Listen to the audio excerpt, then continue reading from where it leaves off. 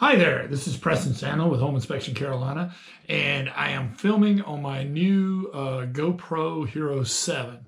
Not normally known as a vlogging camera per se, but I'm just testing it out, and this will be one of the things to test. I know the audio is probably not going to be that great. GoPro's never really is, but I am buying a mic for it. But I'm curious to see how it works. But anyway, let's get to the chase. I wanted to talk today about a typical home inspection meeting. What do we talk about? What do we go over?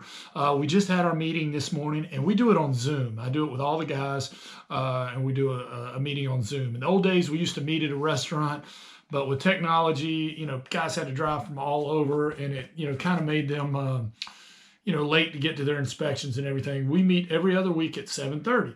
I'll just talk about the stuff that we talked about today. The first thing we talked about, I think I have 7 or 8 topics we talked about, and plus one more. We talked about watching out for flips.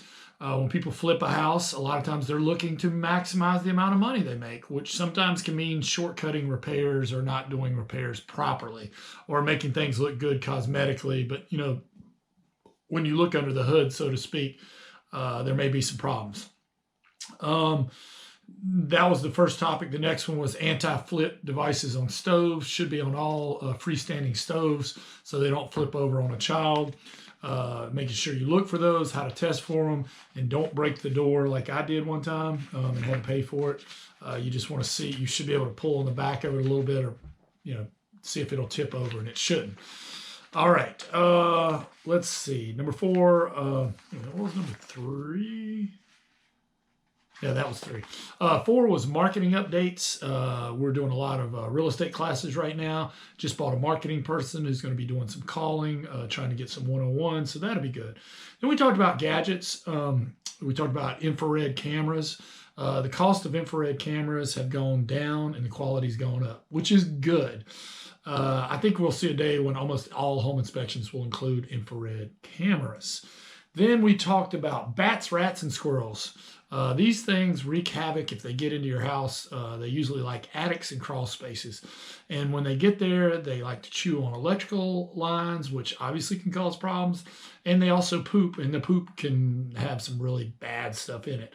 So you definitely want to check for bats, rats, and squirrels in attics and crawl spaces. And we talked about some telltale signs. And what to look out for. I can tell you how to prevent them. That's a whole nother video, and we'll save that for then. Then we talked about carbon monoxide detectors and smoke detectors. I recommend them in every house. Smoke detectors, obviously, in every house. For the longest time, carbon monoxide detectors were required if the house had any kind of gas burning appliance, whether it's the furnace, the water heater, gas logs, anything like that. But now it's gone on to include a garage, which I think is great, because if you have a garage, people can inadvertently leave a car running, especially if there were like these hybrids. Sometimes there's, they can't tell if it's still running or not, that sort of thing. Carbon monoxide detectors will save your life. I recommend carbon monoxide detectors in every house. And let's talk about the last thing I talked about was electrical compliance.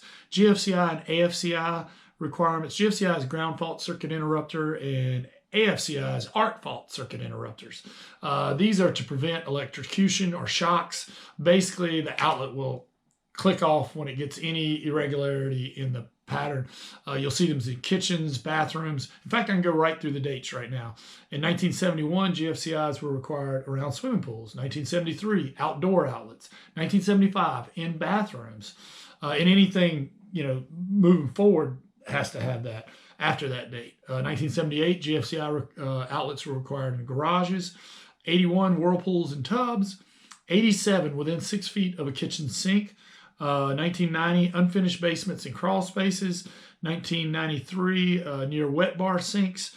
1996, all kitchen counter receptacles that are on the counter. You can still have the one like for the fridge, because that's not on a counter, and you don't want that thing to click off because your food will go bad. But any kitchen that has a counter should have a GFCI outlet.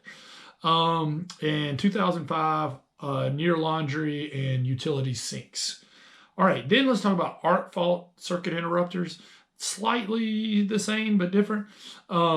These are required in bedrooms after, well, they started in the late 90s, but it came in the electrical code of 2002.